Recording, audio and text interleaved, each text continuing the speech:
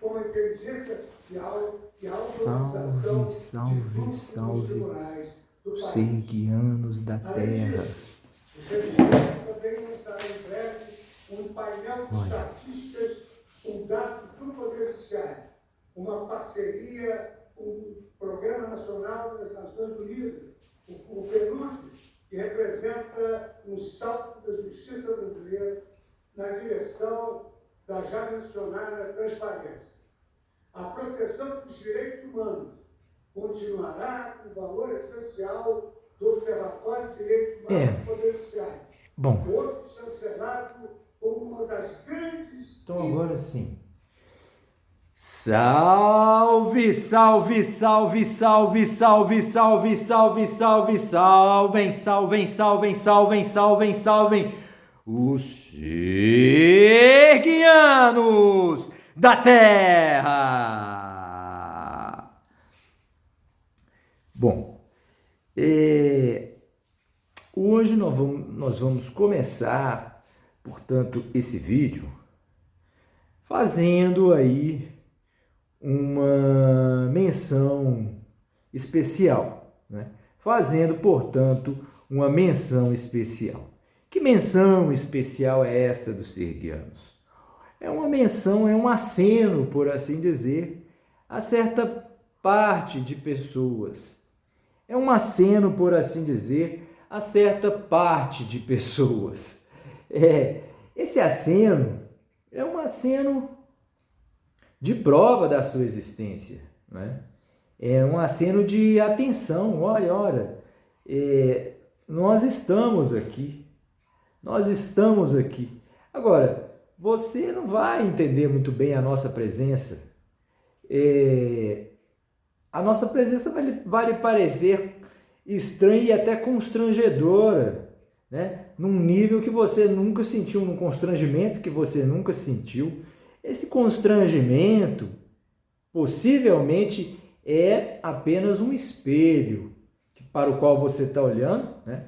Acha que está olhando para sérguios, mas como o país é espelhado, você de repente se vê nele, né? Tem esse capítulo lá maravilhoso no texto, quando Sorigo chega num palácio espelhado e ele só consegue ver a sua imagem projetada em todo o planeta, né? O horizonte, ele olhava para o horizonte, o horizonte era um imenso telão artificial para o qual ele olhava, né? E se via lá inteiro, né? Naquele painel. E se via lá, portanto, inteiro naquele painel. Essa passagem é muito bela em Sérgios. É claro que eu não vou ler ela, porque senão depois não vão comprar o livro, né? Apesar de que o livro tem o caráter aí de pergaminho. Isso a gente já explicou, né? É o que vai tornar ele muito raro, né? Agora, essa classe de pessoas peculiares para as quais os serguianos estão acenando são as pessoas simples que, olha, meu Deus do céu, elas têm as suas vidas. Como é que elas vão lidar com política? Pelo amor de Deus! Que pretensão é essa de realizar um pleito dessa maneira, como nós temos praticado? Que tipo de democracia que existe num país cujo sistema, o sistema de eleição é um sistema desleixado, né? É um sistema abandonado, esquecido, né? É alguma coisa que a gente faz como se fosse uma espécie de organização de um bingo nos fundos de um quintal. Quer dizer, eu acho que você é esse barrigudo aí do bingo que está tomando cachaça, né? Já trabalhou, já correu atrás da sua vida, dentro do que você precisa prover a sua família. Você tem acesso a uma série de lugares onde você pode extravasar a sua energia, né? Você pode ter a oportunidade de viajar, de conhecer outros lugares aqui perto, uma cachoeira, um sítio, um outro lugar. Mas, no entanto, você tem tempo e hora marcados aí para lidar, né? Tem um limite de tempo aí disponível para a política. Esse tempo é muito pequeno, perto do que outras coisas representam, né? Então, Aí você procura, às vezes, praticar um esporte nesse pouco tempo que te sobra, né? Agora, a grande verdade é o seguinte, né? Essas pessoas aí que vêm fazer a sua consideração, né? Elas têm que reconhecer, né? A capacidade de serem ouvidas, né? É claro que elas se manifestam, quando elas se manifestam, elas estão acenando, olha, sim, não, elas fazem seus discursos e estão dizendo, no fundo, que esses discursos estão especulando, né, o tempo todo. Estão especulando, são especuladores, né? O povo é muito especulador. Agora, essas pessoas, elas têm um grande potencial, o que a gente tem observado é isso. A gente conversa com as pessoas que antes de começarem o seu discurso, elas já anunciam, olha, não tem informação nenhuma, da minha família sou eu o único que não estudou, tá certo? Mas eu sou informado, Bom, esse é um tipo peculiar de pessoa. São pessoas para as quais é possível você ministrar a verdade, para as quais é possível você ministrar a verdade. Ora, como é que se diz, como é que se discerne, como é que se distingue, como é que se diferencia a verdade, ou como é que se descobre a verdade da mentira ou a mentira da verdade? Isso aqui tá aqui, ó. A gente leu isso ontem, mas que pena que não conseguimos aproveitar o vídeo, mas não pouco interessa isso.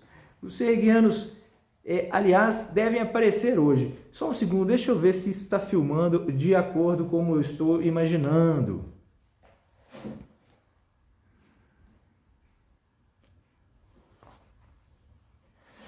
Bom, a gente espera que sim. Então, o recado vai diretamente aqui para o doutor.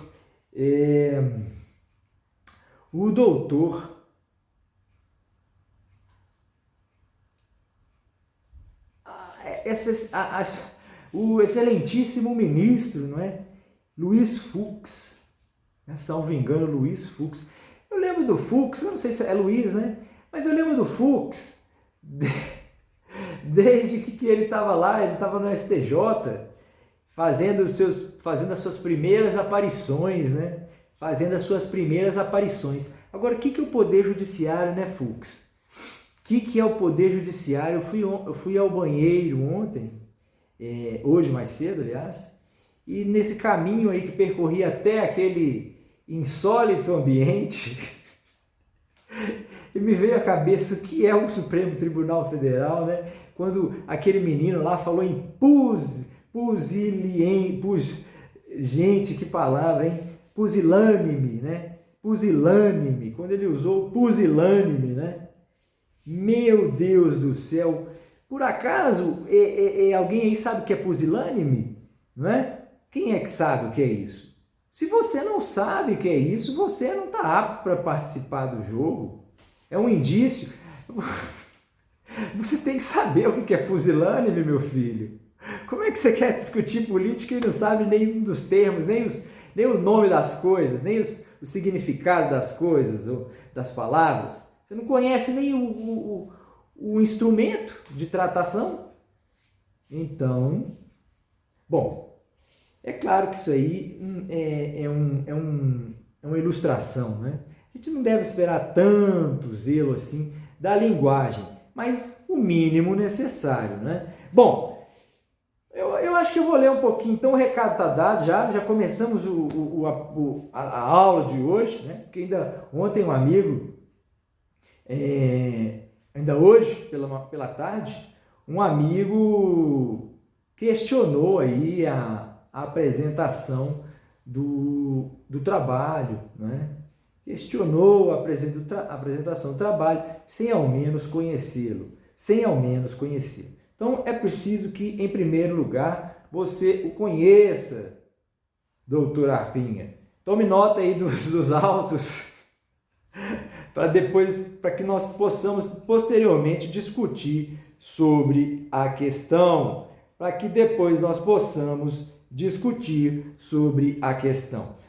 Eu não sei, você vai andando pelo caminho aí, você vai vendo pessoas assim muito indecisas, né? Pessoas muito indecisas, essas que nós temos descrito aí, né? Nós falamos ontem do burro, né? Nós falamos quem era nós revelamos aí quem eram os burros, afinal, né? Nós, nesse vídeo que a gente perdeu, que foi feito ontem, nós também lá elogiávamos o Serjão Lorota, foi tema do vídeo passado, né? O Serjão Lorota, que veio nos contar uma fábula aí, ele viu em algum lugar, mas ele não foi delicado para nos trazer a autoria. Eu não sei se ele endossou aquilo ali, de que forma ele o fez. O fato é que nós conseguimos, a partir de uma leitura do mundo, né? Que é uma leitura eminentemente sergiana, né? Essa leitura foi capaz de nos revelar que, de repente, o burro era o próprio Serjão. Quer dizer, não obstante, né, nós percebemos que não apenas era o Serjão, mas éramos todos nós. Né? Nós percebemos que não era só o Serjão, mas éramos todos nós. Bom, eu vou ter que fazer uma pequena pausa para pegar a taça sergiana. Tá certo? Me deem uma licencinha.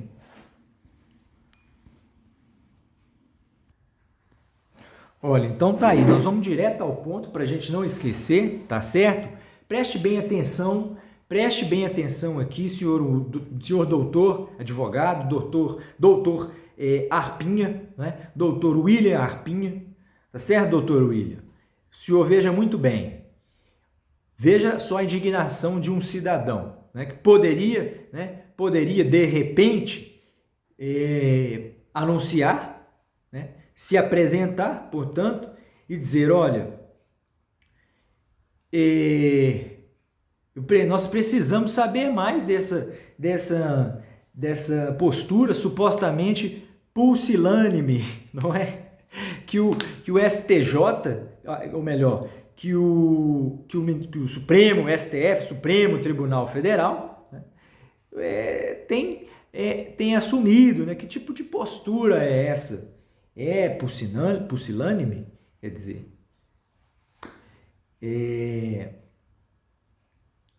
isso tudo por causa de uma razão que talvez você que está mais desatento do que nós, talvez não tenha notado. Tudo isso que eu disse até agora sobre todas essas suspeitas aí sobre o Fux, elas não têm nenhuma razão de ser na análise justa da situação. A análise justa requer um outro pensamento, um pensamento mais sofisticado. O fato de nós às vezes, nos rebelarmos contra uma posição em face de uma situação, de uma circunstância dessa, é porque nós pressentimos, né? Não é nem porque nós compreendemos, mas é porque nós pressentimos. Bom, de qualquer modo, o fato pelo qual a gente fica indignado é certamente a sua origem aí, sem dúvida nenhuma, é essa, né? O fato de que o ministro faz a abertura, não é? Ele faz a abertura, vejam bem vocês.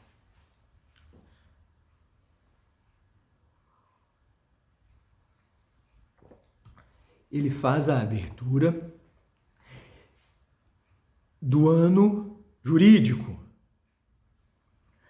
E aí, ele gasta mais de 3 ou 4 minutos, salvo engano, para anunciar todos que estão presentes, começando pela ausência e justificativa do presidente da República.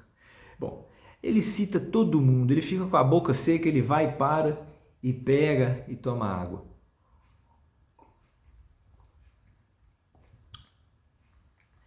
E ele repete esse gesto várias vezes, só para cumprimentar. E ele cumprimentava ainda na pessoa,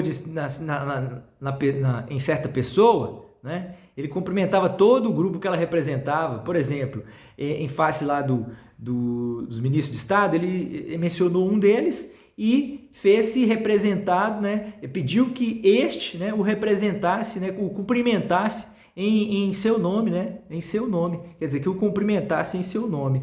Bom, tudo bem, ele gastou um tempo natural que se gasta para fazer para fazer honrarias como essa, né? Agora, tudo bem, isso aí é uma coisa que a gente não vê com bons olhos. O fato é que ele também nos decepciona porque ele vem com um discurso escrito e ele não fala, porque ele não fala de dentro para fora, como falam os serguianos.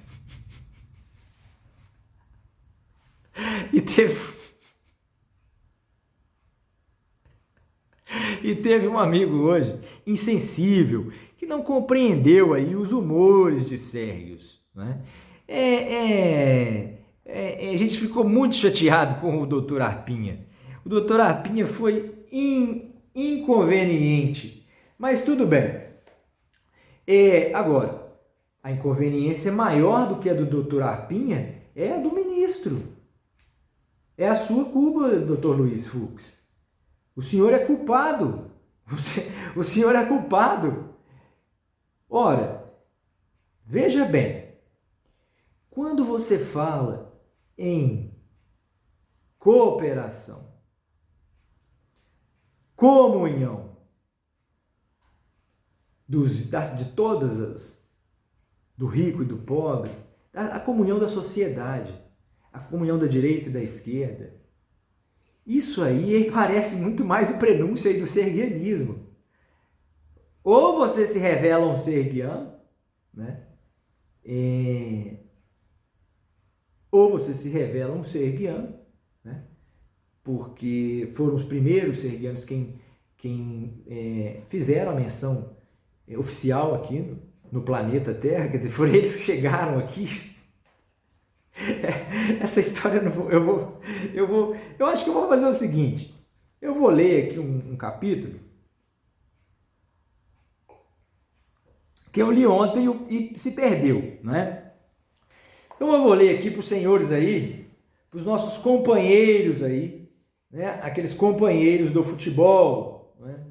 Vamos ler para eles e para os intelectuais, e vai em homenagem a esse aqui, aquele menino lá, ele é filósofo, ele é professor de física, né, ciência natural, e enfim, está falando sobre política lá. Eu já o convidei, mas ele não me respondeu.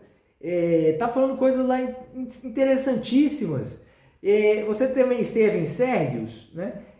A gente tem essa sensação às vezes, mas bom. Nós vamos seguir aguardando o contato dele. Parece que ele já está em tentativa aí de nos contactar. Depois nós vamos falar aí de coisas que ele afirmou lá, que são magistrais, né? São pensamentos magistrais, né? Ele falou o seguinte, né? Foi isso aí, nós falamos bem antes deles, nós já havíamos falado, né? Como olha o Marx, qual a culpa? Eu não sou marxista não, mas que culpa tenho eu que se ele... Que culpa tem Che? Que culpa tenho eu se foi ele que descobriu a fórmula da água, por exemplo, né? Ou a propriedade do triângulo? Eu não sei. Que culpa tenho eu? O Arpinha ficou me perguntando qual é a forma que você está apresentando os serguianos. Parece que... Arpinha, eu falei com você, Arpinha. Isso aqui é um trabalho seríssimo, Arpinha. É um trabalho seríssimo, de primeira grandeza, nós estamos só aguardando aí os contatos, né? Nós somos humildes, os serguianos são humildes também, né? Nós estamos aguardando o contato, tá certo? Vamos para frente. Vamos ler um pedacinho aqui. A pessoa compreender o caráter. Olha, outro dia o menino estava falando, olha para você ver como é que a gente vai comentar a tolerância política que existe no Brasil, né? A gente fala tanto aí de democracia, de liberdade, de tolerância, né? O mundo fala muito nisso, mas tem umas coisas curiosas que a gente parece que no Brasil a gente tem essa tolerância, né? Porque a gente tem pessoas com as quais a gente convive que têm ideologias e pensamentos, posturas e votos, né? Em pessoas diferentes, em ideologias, em pessoas, em símbolos diferentes, né?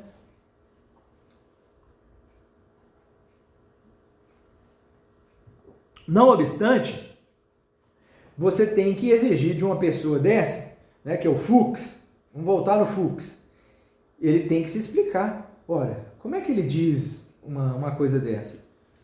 Ele está lá falando, ó. Né, Fux? Você me perdoe essa indelicadeza minha de expor, de criticá-lo dessa maneira, mas o senhor mereceu. O senhor, por favor, se retrate sobre isso daí. Se manifeste sobre isso daí educadamente, né, olha, respeitando o direito de um cidadão pronunciar-se, né? Quer dizer, é preciso criar novas formas aí de pronunciamento, né? O Estado tem que reconhecer, passou da hora do Estado reconhecer novas formas de interação entre o administrado e o seu administrador. Bom, qual foi o seu erro? O seu erro não foi tão grave não, Fux, mas ficou estranho você dizer que é a favor da comunhão, mas você não fala com todas as palavras, você não fala que precisa ser revista a propriedade privada, você não fala que precisa ser revisto o sistema. Afinal de contas, até que preço você defende o seu cargo e a sua honra de ser um grande magistrado? Quer dizer, o importante é você ou é a história do país? É a história da humanidade? É essa grandeza aí de um juiz que a gente deveria esperar, né? Que a gente deve esperar. É essa a grandeza, portanto, que de um juiz a gente deve esperar. A gente deve esperar. Porque eu, sinceramente, não tenho visto pessoas aí, até agora, não vi nenhum nacionalista, não vi nenhum grande nacionalista, e me desculpe aí o Bolsonaro, mas você não é o nosso nacionalista não, a gente não pode dar um uniformezinho de herói para você, não podemos chamá-lo ainda de herói ainda não, meu amigo. Continue tentando, né? Procure dentro de si esse herói que você pode se tornar ele sim, né? Mas você vai ter que se libertar talvez de alguma coisa que a gente não sabe bem o que te afugenta, né? Mas é preciso que você vença aí os seus próprios medos, né? Eu acho que esse tipo de comentário não tem outra finalidade senão, né, fazer com que as pessoas reflitam mais profundamente sobre as coisas, né, para fazer com que elas, portanto, reflitam mais profundamente sobre as coisas. Enquanto nós ficarmos pensando, né, enquanto você que não tem tempo aí de se dedicar à política, achar que pode opinar sobre ela, você, diante de um discurso dessa natureza, né, diante da percepção de que existe um sem número de considerações, né, antropológicas, sociológicas, filosóficas, culturais, enfim, espirituais. Então, é preciso cada um colocar-se no seu lugar e aceitar o devido mérito e a devida razão. Bom, isso significa que você não pode vir a mudar de posição no futuro, próximo ou distante? Claro que você pode mudar, basta você se informar, né? Se você começa a se informar, você suspende o seu voto e passa a um novo julgamento. Você inicia o seu julgamento. Você abandona aquela crença apavorada que você tinha, não é? Lembrando aí, fazendo a menção aí ao grande Marco Polo. O Marco Polo está apegado demais a sua convicção espiritual. Isso é bom? Claro que é bom, mas desde que seja equilibrado, não é? Politicamente, o ser tem que se proclamar de outra maneira, ele não pode proclamar a sua individualidade, seu universo particular. Isso aí, dentro da perspectiva serguiana, evidentemente, o Marco é um seguidor nosso, é um grande mestre também espiritual, é uma alma aí também que a gente sabe, né, dentro da trilogia serguiana. A gente já sabe que no futuro essa personagem aí vai se destacar profundamente, né? Mas por enquanto ele é uma espécie aí de alma perdida, né? Uma espécie aí de alma perdida. Bom, agora isso aí no universo, claro, universo serguiano, né? No universo serguiano, né? Então vamos ler um pedacinho aqui, viu, Marco? Não fica bravo, não. Eu fui mal com você, Marco. Depois eu me retrato. Vamos ao capítulo da crença e do conhecimento. Muito boa noite, Mr. Lavoisier. Que bons ventos o trazem? Pensei que nunca mais o veria. Lavoisier é pessoa elegantíssima, dotada, contudo, de estranhíssimo senso de humor. Meia altura, meia idade, caucasiano, semblante carismático, forte personalidade e de família muito influente. Foi através dele que conheci alguns dos mais importantes embaixadores e dirigentes mundiais. A história de Lavoisier, bem como a circunstância de nossa lacônica amizade, são marcadas por incríveis e afortunadas coincidências. Eu praticamente livrei-o da morte num daqueles episódios onde a gente é salvo por um fio e depois do susto tem de calcular qual um gato de 7 vidas, menos uma vida que perdeu.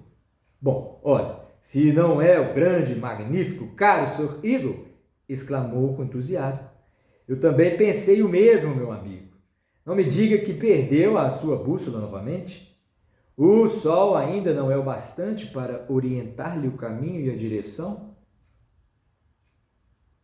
Devo brincar com você e fingir que realmente foi eu quem me perdi e você quem me achou? Perguntei-o com um tom ríspido, declarando meu interesse diminuto por aquela recordação. Eu havia ficado por horas preso no trânsito e só conseguia pensar na fluidez dos caminhos serguianos. Não obstante, estava ansioso para contar àquele amigo sobre as pessoas que conheci e as maravilhas que encontrei. Me ocorria: em Sérgios não há esse problema de tráfego. Isso é tão maravilhoso, mas ao mesmo tempo tão banal. Eu sorria. Você simplesmente não acreditaria, Lavoisier, se fosse outra pessoa lhe contar. Eu disse a ele. Os serguianos são seres excepcionais e parece que cumpriram todos os seus protocolos internacionais de aperfeiçoamento e preservação. Serguianos? Perguntou com suspeição. Sim, serguianos, os habitantes de Sérgios. Agora ele então, com oportunismo, redarguiu. Devo brincar com você e acreditar em suas imaginações? Claro! Ainda assim, ouça com cuidado como me arguiu o serguiano. Nobre terráqueo, diz-me quais são as funções ou necessidades mais elementares da vida, a protagonista da existência, se não perdurar e aperfeiçoar a si mesma. Expõe-me ainda, caso fosse você a própria entidade vital, como melhor cumpriria tais obrigações? Dividindo-se em incontáveis seres ou mantendo-se tão somente em um só? Realmente não estou seguro, Babileu, respondi ao serguiano. Mas, de fato, percebo que os seres viventes buscam e fazem muitas coisas. Porém, todos os seus esforços podem redundar nessas duas condições. Quanto ao melhor modo de manutenção e aperfeiçoamento, considerando a vastidão dos planetas e do universo, talvez eu optasse ou fosse impelido a uma divisão, julgando que assim pudesse ser melhor para experimentar e apreender com propriedade sobre cada pedaço ou rincão. Muito bem, exclamou o Sergiano, como um gás se expandindo no espaço. Fala-me agora não da vida, mas dos seres que a carregam em seus corpos e supostamente em suas almas. O que podemos nós, os seres vivos, fazer nesta vida se não conhecer ou acreditar? Certo. Outra vez, sou capaz de notar uma profusão de vontades e serviços tanto de natureza dispensável como primordial. Essa abundância recai sobre os homens e sobre os animais, porém, todos estão designados desde o início a conhecer ou a acreditar. Com efeito, falou-me o Sergiano, como julga, por sua vez, essas designações, nobre amigo da terra? São elas diferentes ou iguais? São diferentes, respondi. Com razão, mas apenas sob certa medida. Para conhecer é preciso acreditar, mas para acreditar não é preciso conhecer, afirmou. Para conhecer é preciso acreditar, mas para acreditar não é preciso conhecer. Pensativo em voz baixa, eu repeti. Claro, desde o nascimento, os seres irracionais contam tão somente com a intuição e o acaso para orientá-los do modo mais eficiente em suas jornadas. Os animais racionais, entretanto, possuem a faculdade da autodeterminação e se sujeitam diversamente àqueles. Para sua sobrevivência e realização, devem inevitavelmente aprender e acreditar.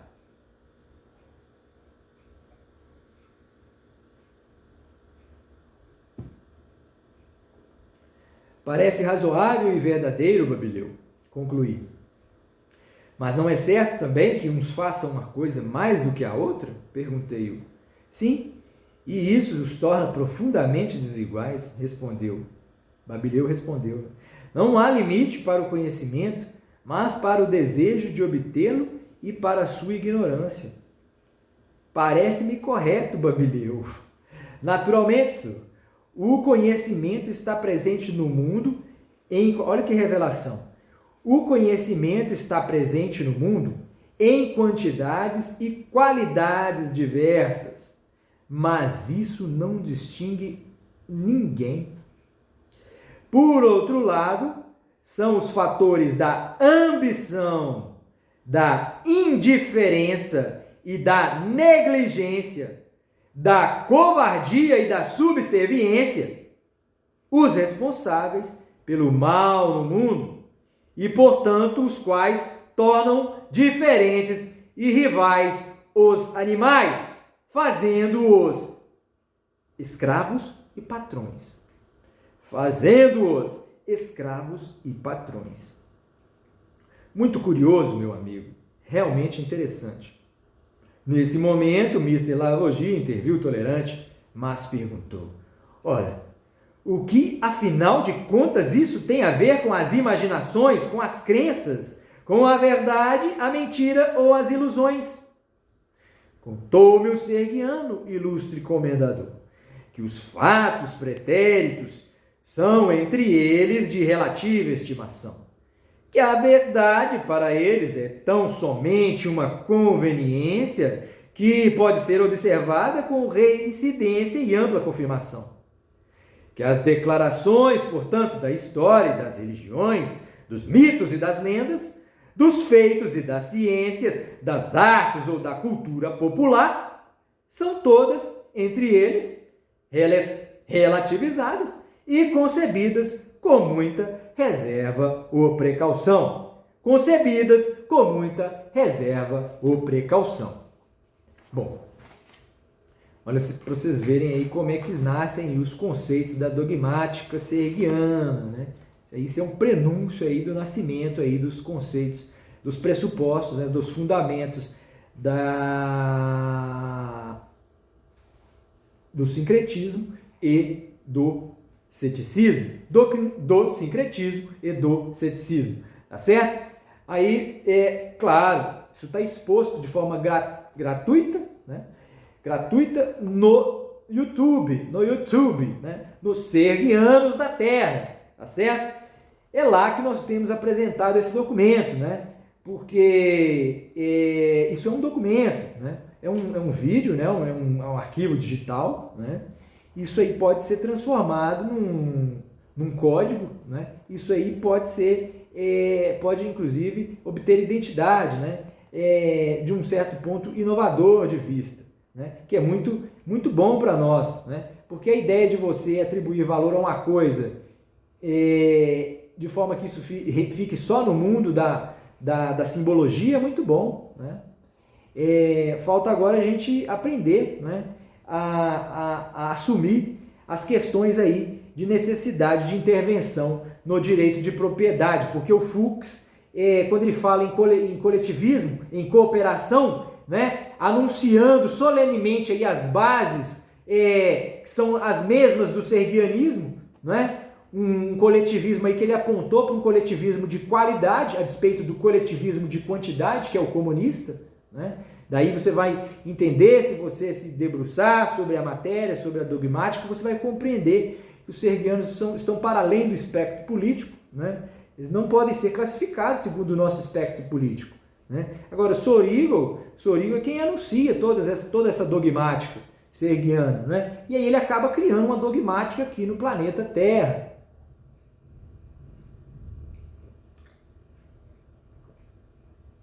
E aí, esse trabalho é apresentado humildemente por nós. Bom, então ele prossegue lá.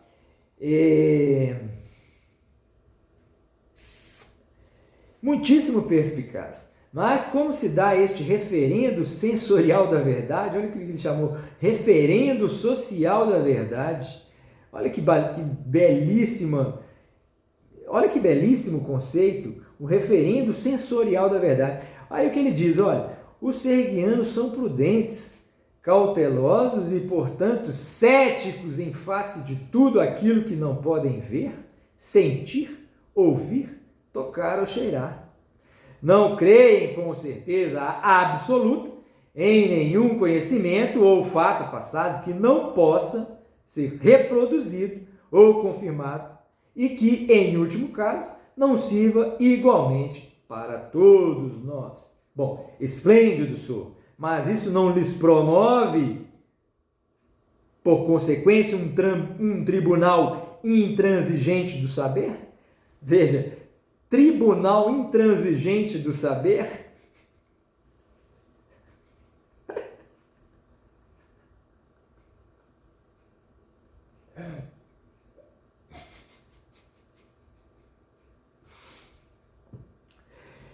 Olha, é preciso tratar isso com muita coragem, não é? Porque o brasileiro, principalmente, eu acho que no mundo todas as pessoas têm criado aí tribunais intransigentes do saber, né? E esse tipo de intransigência aí que também combate o sergianismo. Mas ele faz isso aí assim que ele chega, né? Porque ele já coloca, ele se apresenta, né? Coloca as premissas dele. E aí quem lida com uma doutrina dessa natureza é aquele que está com um compromisso que é diferente do compromisso material exclusivamente, né?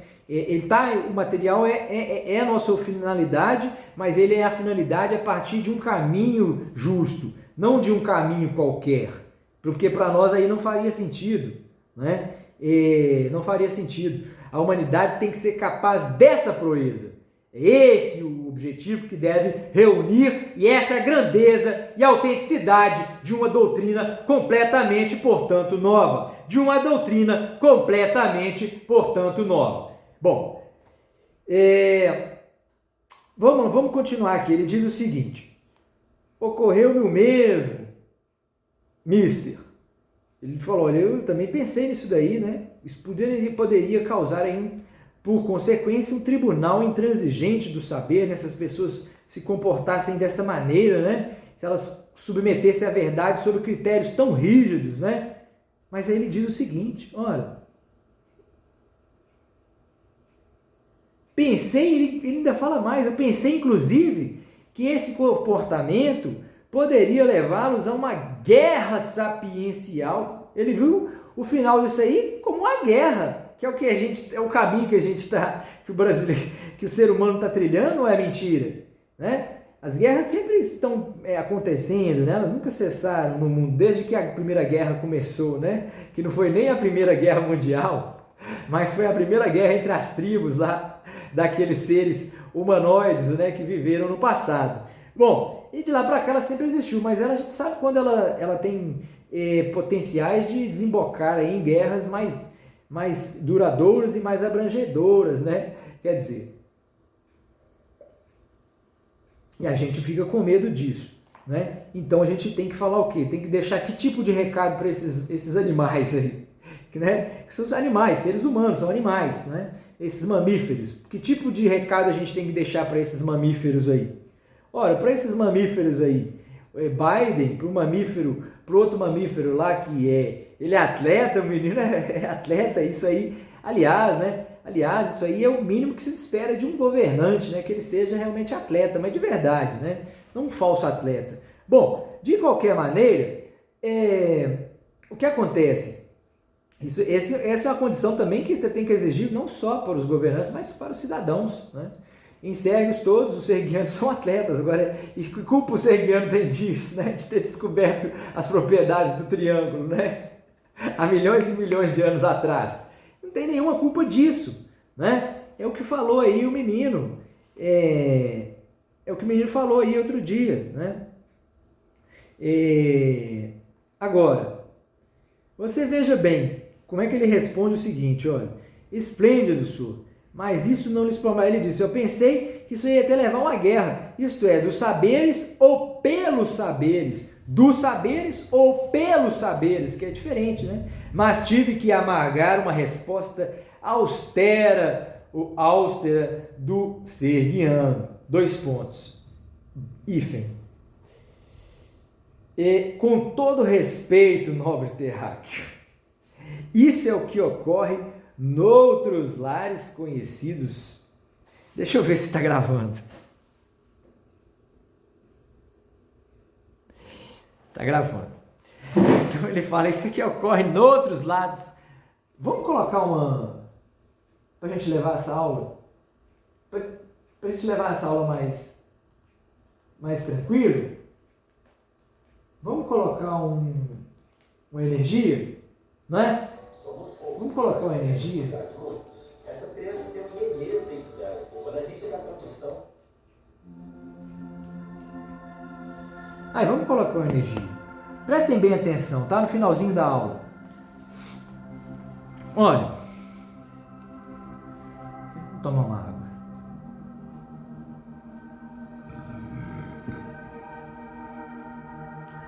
Olha.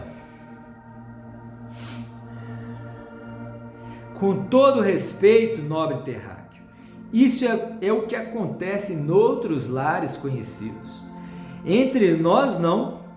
Os serguianos têm comitês da verdade e da tecnologia, que regulam constantemente a sua produção intelectual. E todo conhecimento é adquirido homogeneamente pelo grupo, de sorte que não permitimos quaisquer privilégios ou direitos de natureza autoral. Quaisquer privilégios ou direitos de natureza autoral. Tá? Aí você vai, como uma menina não quero ofender aqui as mulheres, eu ia dizer que como uma donzela, você vai dizer, não, esse direito não. Bom,